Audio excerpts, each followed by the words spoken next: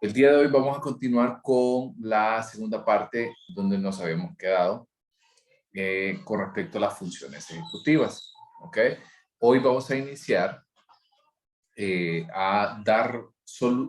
para poder exponer los puntos más importantes relacionados con la patología de las funciones ejecutivas.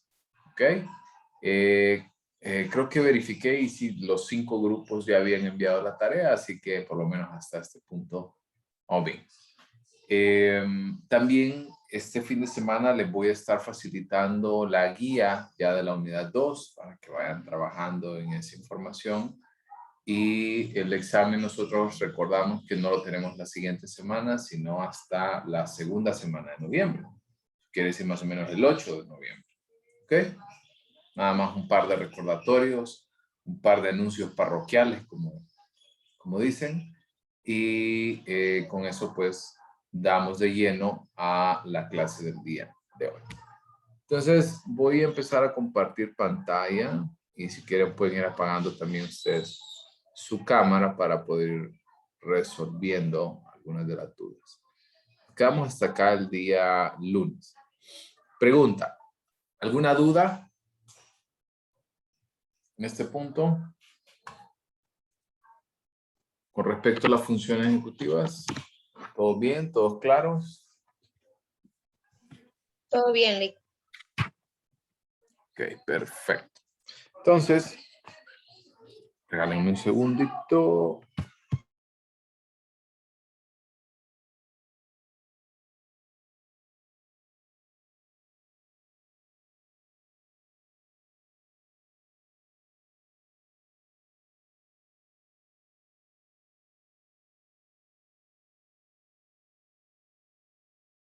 Ok, entonces vamos a iniciar hablando ahora de las patologías de las funciones ejecutivas y vamos a enfocarnos en 8 puntos importantes. Vamos a hablar de motricidad, vamos a hablar de atención, lenguaje, percepción, comportamiento social, memoria, personalidad y procesos intelectuales. ¿Ok? Entonces, vamos a iniciar con la motricidad.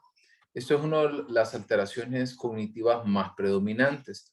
Ya algunos de ellos los hemos visto, como por ejemplo la negligencia o la impersistencia motora, o sea, que el individuo no puede desarrollar una actividad a pesar de que quiere hacerlo, puede mostrarse con desorganización comportamental o la perseveración que está muy asociada con continuar haciendo algo sin necesidad de seguirlo haciendo.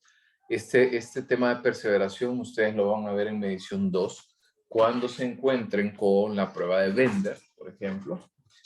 También el tono anormal, que es conocido como la paratonia. El tono anormal, recordemos que el tono muscular, que ya hemos hablado, el tono muscular tiene mucho que ver con los nervios y con cómo nosotros brindamos información asociada con dichos factores.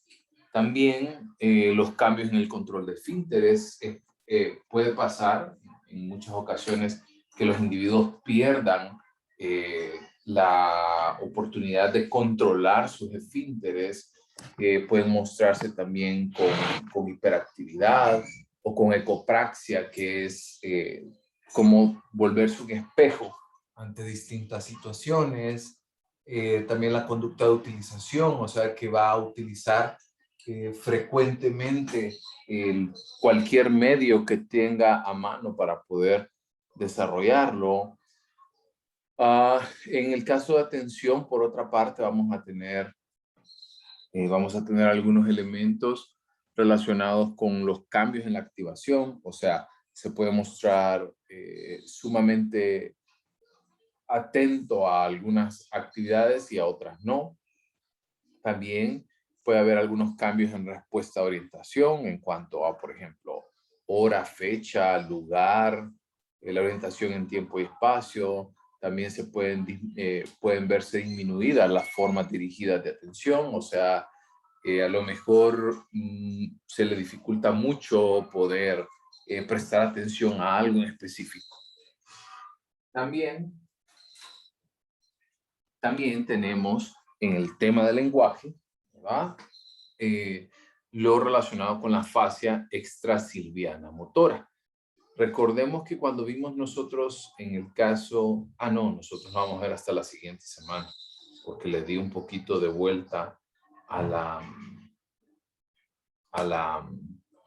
la planificación. Cuando empecemos a ver lenguaje y comunicación, se van a dar cuenta que el nombre que reciben los trastornos del lenguaje son denominados como afasias, y la afasia extrasilvina motora se refiere a que no corresponde a un daño en la zona, literalmente se llama zona silviana.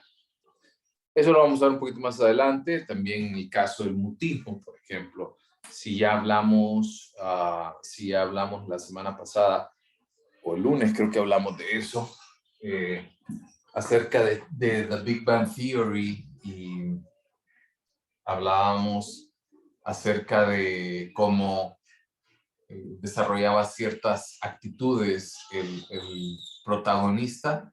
También debemos de apuntar que la particularidad de los otros artistas en este sentido, o hay uno en específico que es el indio, no sé si ustedes lo recuerdan, que se llama Rush. Él no puede hablar con las mujeres y eso se conoce como un mutismo, no porque no quiera hacerlo, simplemente no puede hacerlo. También errores de denominación como responder de manera incorrecta a lo solicitado, o, por ejemplo, empiezo a nombrar, por ejemplo, ciertos elementos que de repente no están dentro del campo visual. Puede haber carencia de control verbal sobre el comportamiento, o sea, yo le pido que levante la mano derecha, pero simplemente no la levanta.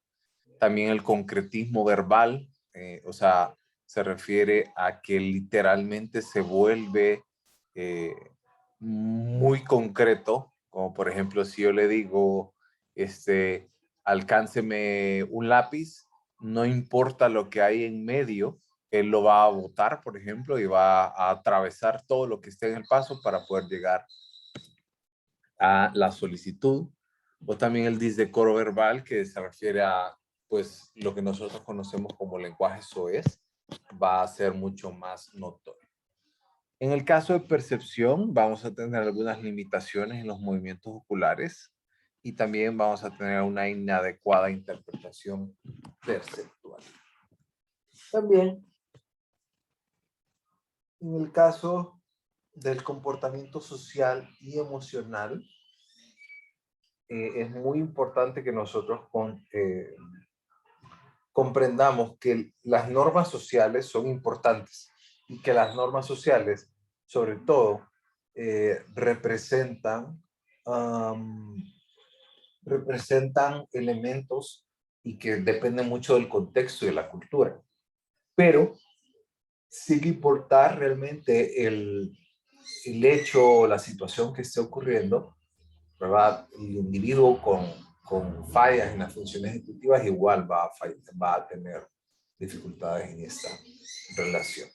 También la labilidad emocional, o sea, no mostrarse o no mostrar ningún tipo de emociones. También la inadecuación sexual, sentirse, por ejemplo, sentirse de menos, o sentir que literalmente no tengo como una identidad o un propósito detrás de esto.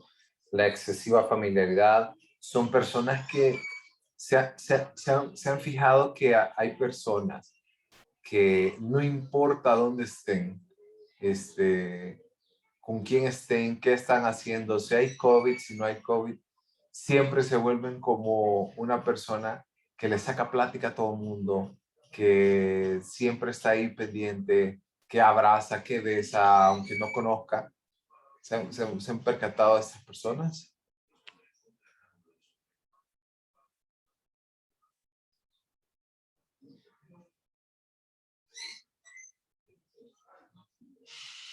A veces dentro de los trabajos son como el compañero que es medio incómodo, que invade espacios y así. Y esto no le estoy diciendo de que porque lo haga ya está automáticamente diagnosticado, pero las personas que tienen los daños en esta situación normalmente tienden a tomar atribuciones que no son eh, las asignadas, como por ejemplo, la inadecuada interpretación emocional. O sea, presentan algún tipo de emociones, las interpretan, pero no las hacen de manera propia.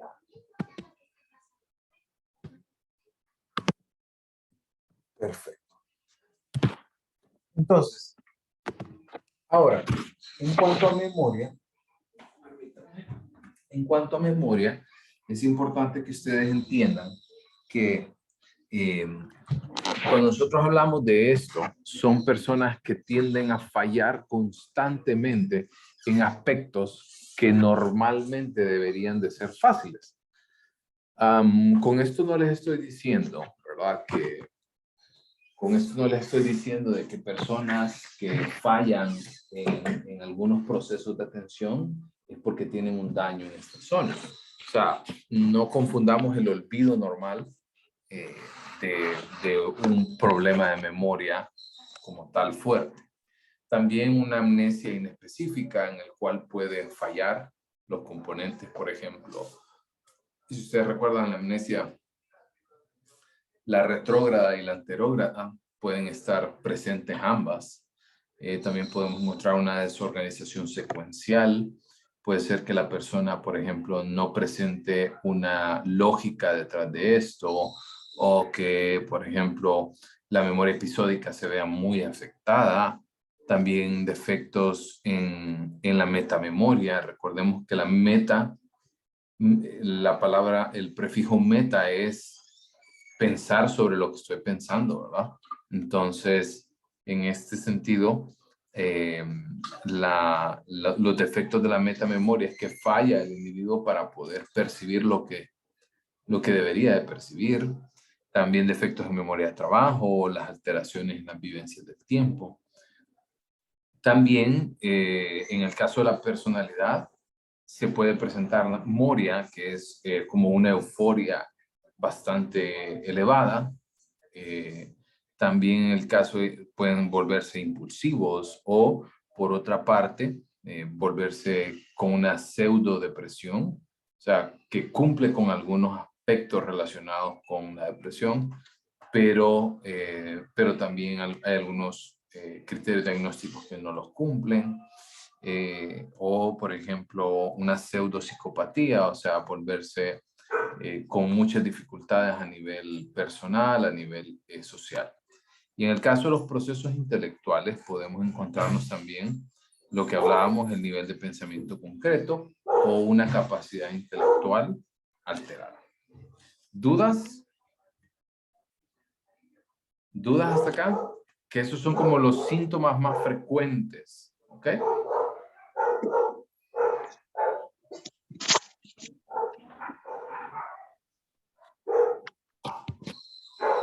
Perfecto, todo claro.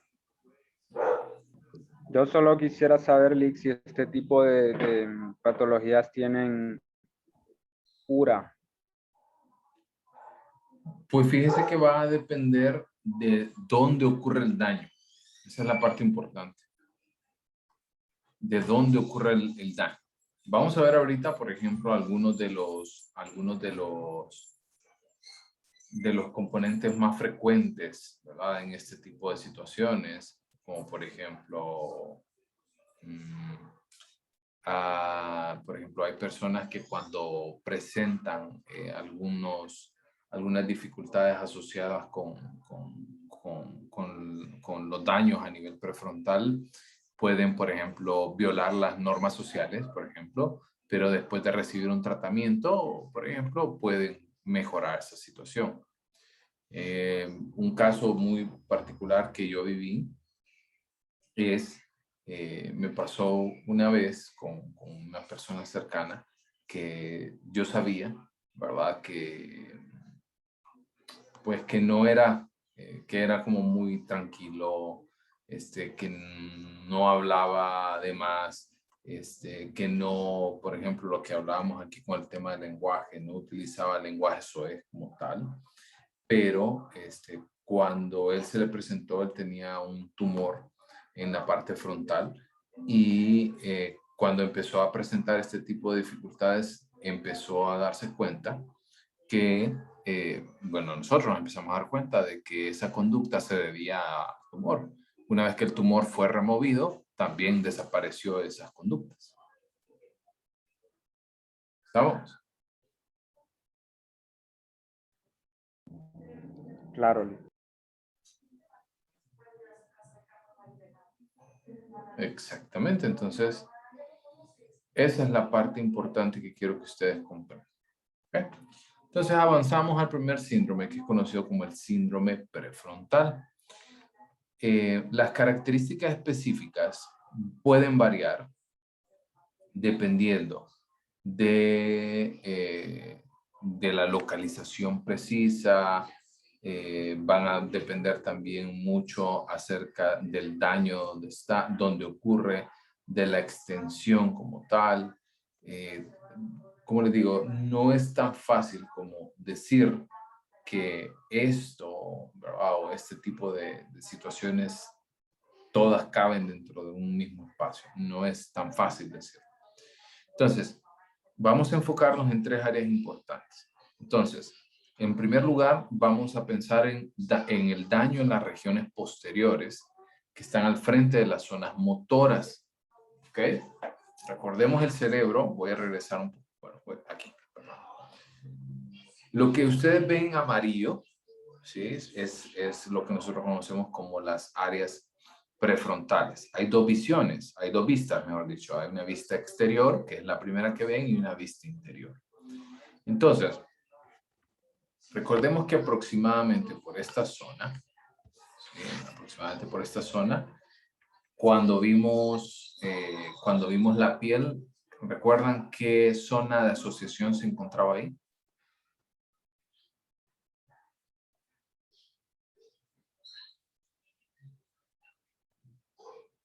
¿Recuerdan?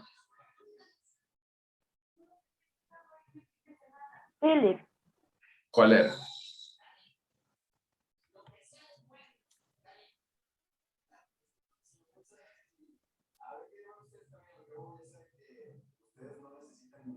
¿Cuál era?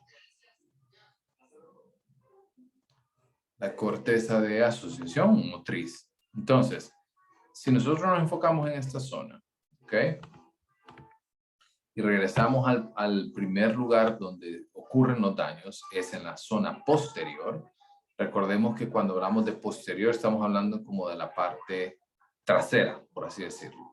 Entonces, en la región posterior, que se encuentra al frente de las zonas motoras, implica la aparición de ciertos estereotipos motores o algunas formas complejas de movimientos, como los tics, por ejemplo, que nosotros podemos ver, o movimientos un poco más estereotipados, como conductas motrices, o por ejemplo, que empieza a desarrollar algunas actividades que no tienen como una lógica en específico, o no es como que siguen una línea de pensamiento en específico. ¿Ok? Entonces, esa es la primera zona que se va a ver dañado y entonces, obviamente, vamos a tener dificultades en la zona motriz, o sea, en cómo el individuo entonces puede ir trabajando de alguna manera e ir desempeñándose. En el caso del área prefrontal izquierda, hablando específicamente de la zona posterior, también puede causar defectos en el pensamiento verbal. ¿Ustedes han pensado alguna vez, por ejemplo, si yo les digo, les doy la instrucción, piensen en la siguiente palabra que les voy a decir, que puede decir perro, por ejemplo? Algunas personas pensaron en su mascota, pensaron en un perro, y también hubo otras personas que literalmente vieron la palabra perro. ¿Cierto? ¿A quién le pasó que en lugar de ver la imagen como por así decirlo, vieron las letras.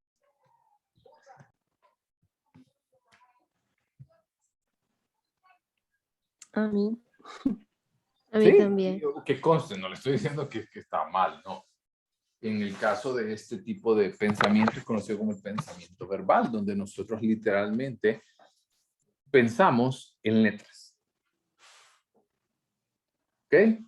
¿Estamos bien? ¿Se entiende hasta acá? Sí, Lix. Ok.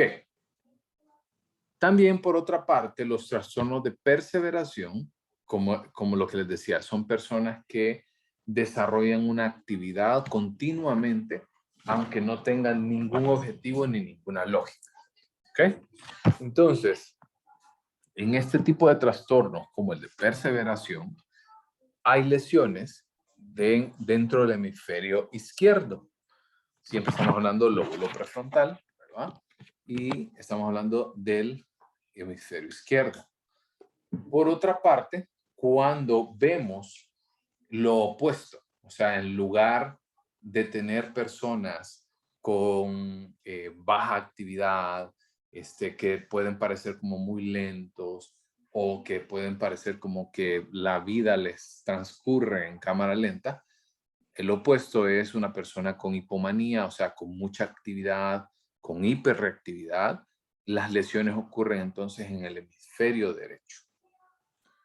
También los defectos que normalmente encontramos de índole verbal van a estar muy relacionados con las lesiones del hemisferio izquierdo. También los cambios emocionales son más notables cuando las lesiones ocurren en el hemisferio derecho. Recordemos que cuando hablábamos de los hemisferios, generalmente se le tiende a atribuir al hemisferio derecho como el hemisferio creativo, como el hemisferio abstracto. Y por otra parte, el hemisferio izquierdo tiende a ser el numérico, el lógico, el más concreto. Entonces, cuando tenemos cambios emocionales, ¿verdad? Estas lesiones pueden ocurrir en el lóbulo y en el hemisferio derecho, y los procesos intelectuales van a resultar más afectados cuando las lesiones ocurren en el hemisferio izquierdo, lo que nosotros habíamos hablado. O por otra parte, cuando las lesiones son extensas, o sea, que se extienden a través de mucha parte o una buena cantidad del hemisferio izquierdo, o son bilaterales, o sea, que se encuentran en ambos hemisferios. Por otra parte, la violación de las normas sociales de conducta está muy asociado al hemisferio derecho, y los defectos de tipo no verbal, como les decía, en el caso, volviendo al ejemplo del perro, las personas que vieron la palabra perro y las personas tienen una predominancia del hemisferio izquierdo, pero por otra parte, las personas que vieron al perro como tal, pues tienen una predominancia más del lado derecho.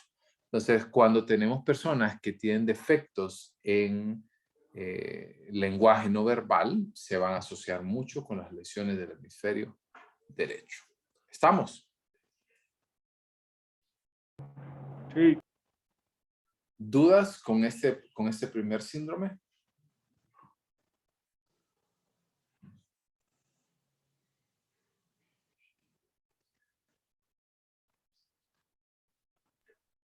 Ok. No, ninguna. Perfecto. Entonces, les dejo por ahí también dentro de la presentación las áreas corticales según Brodmann, y todo lo que nosotros acabamos de ver. Recuerden que tenemos 8 posibles, por así decirlo. Esas 8 posibles locaciones son 4 y 4, obviamente, ¿verdad? 4 del hemisferio derecho, 4 del hemisferio izquierdo, y luego tenemos anterior y posterior, 2 para cada una, y luego tenemos también vista interior y exterior. ¿Ok? Entonces, avancemos ahora al siguiente síndrome, que es conocido como el síndrome orbitofrontal.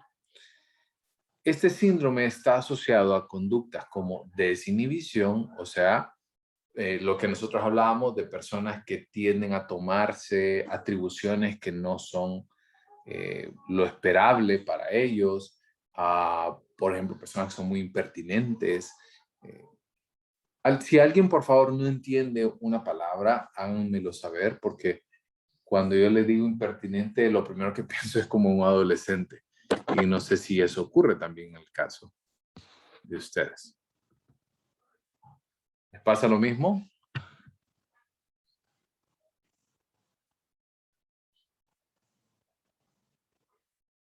¿O en qué piensan cuando escuchan la palabra impertinencia o impertinente? La verdad que yo en eso leí en lo que usted estaba mencionando. Que no es lo mismo Muy incontinencia que inoportuno. otra cosa. Ah, dice Angie, mi hermano de 15. Ya ve. Entonces, creo que la mayoría andamos en la misma línea.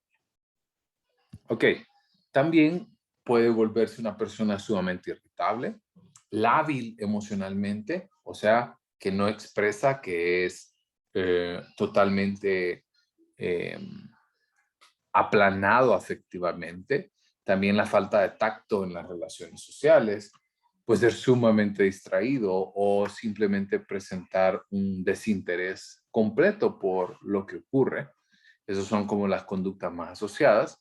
Y en este caso, los individuos que presentan este tipo de trastornos están muy asociados con la incapacidad de poder responder a las convenciones sociales, o sea, lo que hablamos, a las normas sociales del individuo. También, normalmente son personas que, o sea, nosotros respondemos ante estímulos inmediatos, como por ejemplo, alguien nos habla y le prestamos atención. Me solicitan algo y pues respondo. Creo que tal vez en Zoom se ha perdido un poco esa inmediatez de respuesta, pero en el caso si estuviéramos frente a frente, pues lo que nosotros vemos a nivel de convención social es dar una respuesta inmediata a lo que se solicita. Yo saludo a alguien, pues la persona me saluda de vuelta. Pero cuando nosotros tenemos a la persona con el síndrome orbitofrontal, Cummings, que es uno de los autores más importantes en el análisis del síndrome orbitofrontal, observó una imitación automáticamente de los gestos. O sea, que en lugar de responder lo que se le solicitaba o lo que se le preguntaba, más bien hacía exactamente lo que la persona inicial le solicitaba. Curiosamente también en el caso de las lesiones del circuito órbitofrontal, ya vamos a ver dónde se aloja específicamente. Recordemos que en el caso de la visión, una parte importante de la visión pasa por ahí y la parte orbital se refiere a esos huesecillos y a esa conexión directa que hay entre la visión y la corteza prefrontal.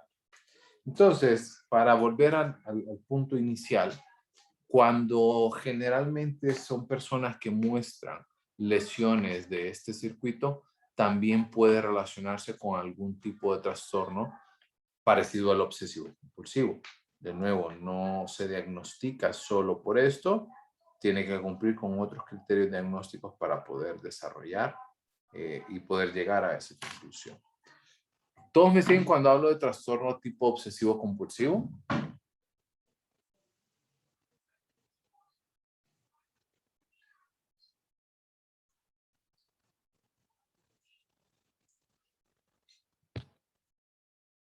Sí, Laura y los demás.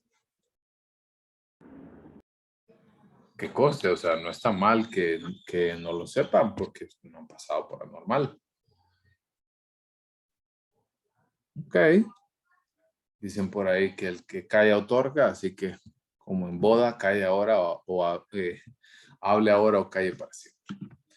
Entonces, el síndrome orbitofrontal, si ustedes ven, se aloja en las zonas que en la tomografía que ustedes ven a su lado derecho, se ven iluminadas. Entonces, en este caso del síndrome orbitofrontal, se le denominó también como una sociopatía adquirida. Recordemos que no es lo mismo un psicópata que un sociópata. ¿Ok? Empecemos por esa distinción importante.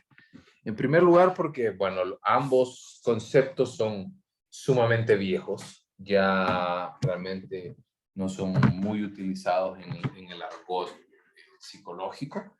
Realmente la sociopatía y la psicopatía, ¿verdad? Ya hace muchos años realmente dejaron de hablarse específicamente de estos términos, pero como pegó tanto, la mayor parte o la población en general sí utiliza este tipo de conceptos. Entonces, la sociopatía es todas aquellas conductas que nosotros conocemos como conductas antisociales, ¿ok? Todo lo que vimos. Voy para atrás. Todo lo que vimos acá. ¿Sí? Son características del trastorno de conducta antisocial. En el caso del DSM-5, que es el que nosotros utilizamos actualmente, debemos de comprender que muchas de las situaciones alrededor están muy asociadas con las conductas que infringen las leyes, las normas sociales, que no cumplen con reglas o los órdenes establecidos. Entonces, mucha de esta situación va asociada bastante con la sociopatía. Es más, en el caso del MMPI, por ejemplo, se utiliza el término de psicopatía para hablar mucho acerca de estos elementos. Y se le denominó de esta manera para tratar de describir los trastornos en la regulación comportamental, que puede incluir desde falta de comprensión, ¿verdad? Como también el remordimiento consecuente a conductas inapropiadas. En individuos que son, que presentan conductas antisociales o sociopáticas, puede presentarse muy frecuentemente la falta de comprensión de la postura de los demás. O sea, no son empáticos. También puede mostrarse, puede demostrar ningún tipo de remordimiento ante una conducta. Hay una serie que les quiero mostrar en Netflix. Y si me regalan un segundo, se las comparto porque no me sé el nombre exacto.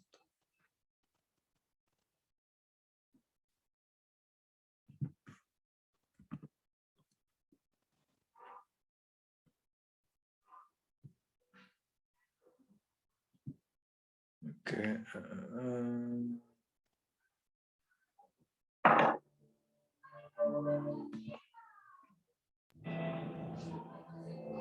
Ok, ya lo encontré. La serie se llama Making, esta de aquí, Making a Murderer. Es como fabricando un asesino, algo así. Es como formando a un asesino. No sé exactamente la traducción al español. Y habla acerca de cómo muchos de los asesinos famosos en Estados Unidos, por ahí hablan un poco de Ted Bundy, hablan del Unabomber, hablan de varias personas. Y hablan acerca de qué vivieron en su infancia que les llevó a este tipo de conductas en su adultez. Y muchas de las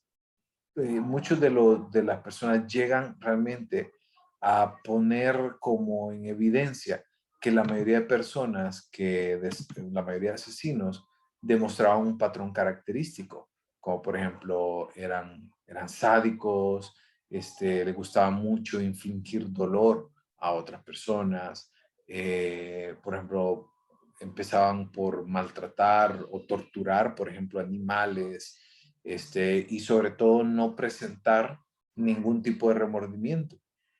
Mi mamá, mi papá ayer fui a visitarlos y yo estaba en la casa de ellos cuando andaba conmigo. Ustedes ya saben que yo tengo 2 perros y mi papá abrió la puerta y le remachó la pata al más chiquito.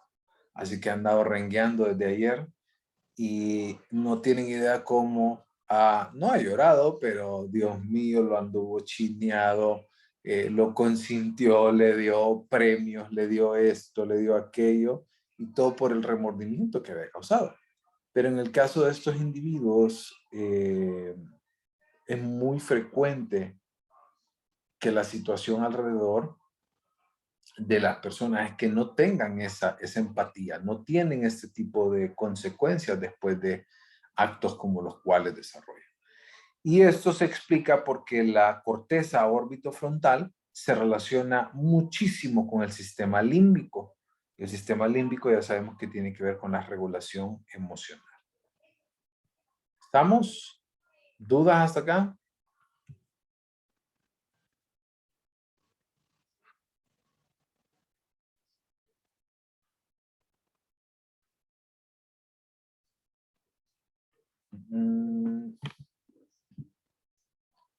Perfecto. Pasemos también al síndrome frontal mesial. En primer lugar, vamos a ubicarlo donde ocurre. Y esta lesión ocurre en el área 24. Vámonos a las áreas corticales según Brodmann. Y el área 24 es esta que ustedes ven acá. ¿Okay? Entonces, ocurre principalmente en la corteza interior del lóbulo frontal. ¿Ok? Ahora, hacemos. Y estas lesiones, ¿verdad? Cuando en la mayoría de los casos son lesiones bilaterales. Normalmente cuando tenemos, voy a adelantar, ok, aquí tengo otra imagen del cerebro. Cuando nosotros tenemos una lesión en esta zona, ¿ok? Como que a veces no nos cae el 20, pero aquí lo que estamos viendo es el cerebro partido, ¿no? Como cuando ustedes ven el mapa mundi y ustedes ven y dicen, puchica, Estados Unidos y Rusia, bueno, se los voy a graficar mejor. Ustedes saben lo que pasó con lo de la guerra rusa, ¿verdad? La guerra fría, ¿verdad? Cuando Estados Unidos y Rusia competían mucho por el poder mundial. Por ahí hablaban mucho de una pelea entre el comunismo y el capitalismo. Entonces ustedes ven el mapa mundial así como lo están viendo, ustedes dicen, puchica, Estados Unidos y Rusia, pucha, están tan lejos. Pero ¿sabe qué? Resulta de que usted lo está viendo de una manera plana. Si usted hace este cruce por acá y viene a salir por acá, resulta que están muy cerca, muy cerca.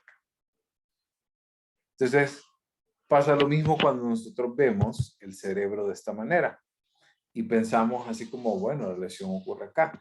Pero normalmente el síndrome frontal mesial es una lesión bilateral. O sea, ¿qué nos referimos que es bilateral?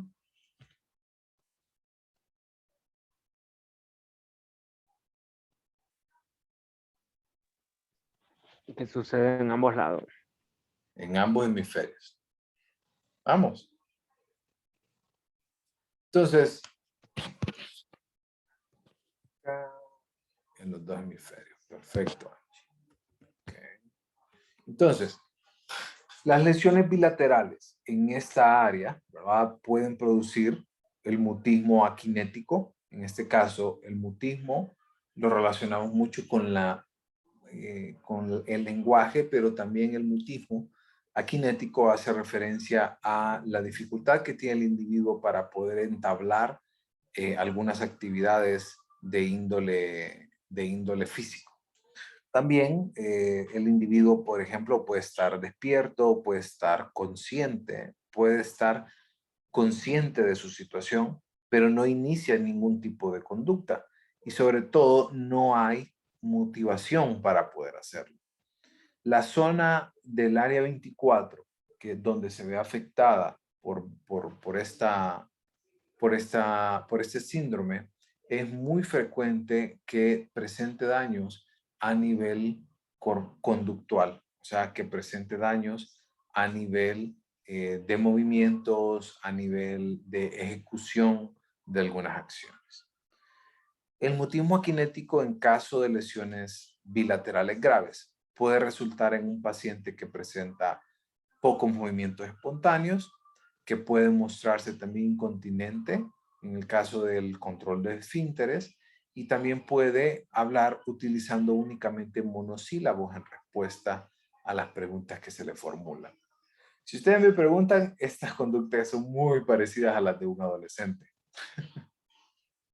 Pero bueno, tampoco, ¿verdad?, responde a en términos emocionales, aún con estímulos dolorosos, por ejemplo, donde se les aplica calor o un estímulo aversivo, simplemente se muestran de manera indiferente.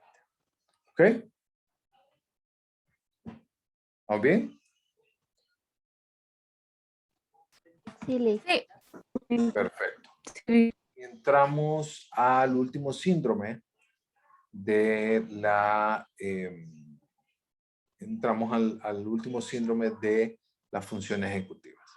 Y en este caso, debemos de comprender que cuando se encuentra, cuando hablamos de la zona dorsal, recordemos que hablamos de la zona posterior, y lateral obviamente es de la parte exterior del cerebro.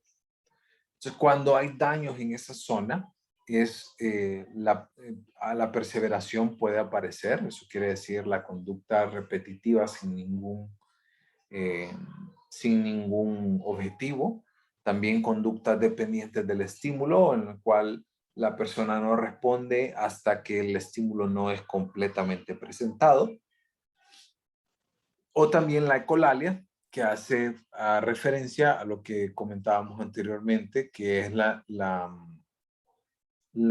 el hacer mímicas, ¿cierto? De lo que nosotros hablábamos, así como del habla, ¿verdad? De repetición involuntaria, de palabras, frases, o por ejemplo, repetir constantemente la conversación.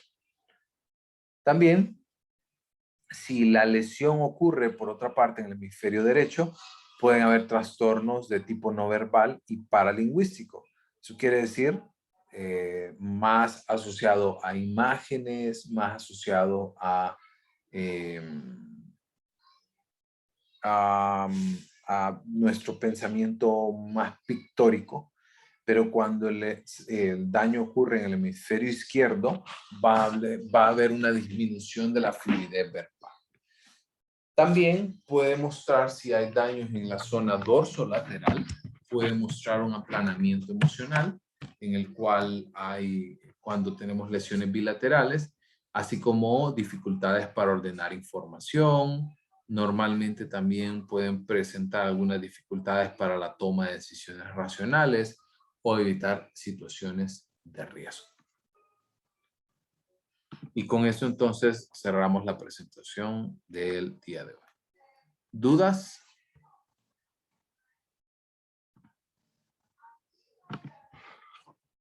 ¿Dudas? ¿Estamos bien?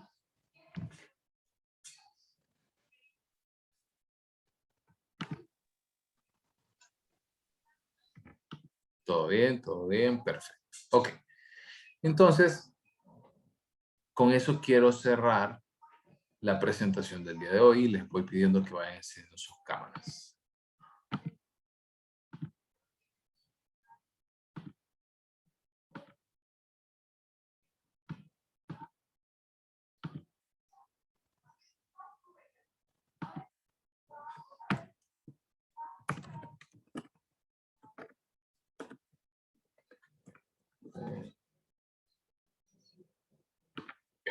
Entonces, el día de hoy quiero que dediquen el tiempo, la segunda hora, para que vayan trabajando en la presentación de su exposición de la siguiente semana. ¿Verdad? La siguiente semana se entrega ya esa documentación. Recordemos que se entrega el día viernes, si no me equivoco. Yo creo que viernes 5 de noviembre. ¿Ok? Para iniciar oficialmente las presentaciones el día 8. Vayan avanzando en lo que deben de ir trabajando con su pareja. Y cualquier duda o consulta me pueden escribir al correo. Si me han escrito correos y no les he contestado es porque no he tenido el tiempo de sentarme realmente a trabajar en eso. Vayan avanzando en esto. El día martes iniciamos el último tema de la unidad 2, que habla acerca del lenguaje y la comunicación. Y recordándoles que la siguiente semana pues ya terminamos esa unidad. No, es para el día... no, ¿verdad? No, a ver. No la había movido, creo que no la había movido, ¿no, verdad? La nota de examen la van a tener también la siguiente semana. No se las había movido la entrega. Sean sinceros, vaya, pregunto. No había movido la entrega, ok. Le voy a dar un par de días extra. Lo pueden entregar hasta el siguiente miércoles. Okay. Miércoles, mejor miércoles para que me dé chance de revisar y de retroalimentar si hay alguna duda. Ok. Miércoles 3. Gracias. Ok. Entonces, cualquier duda o consulta, ya saben, quedamos pendientes al correo electrónico. Con todo gusto. Feliz día, muchachos. Nos vemos el lunes. Gracias, feliz día. Muchas gracias. Gracias, Liz. Muchísimas gracias. Lick, el lunes vamos a recibir la clase siempre a las 10 o a las 9. No, a las 10. Ok, Lick, gracias. Súper. Buen día, Lick. Feliz día.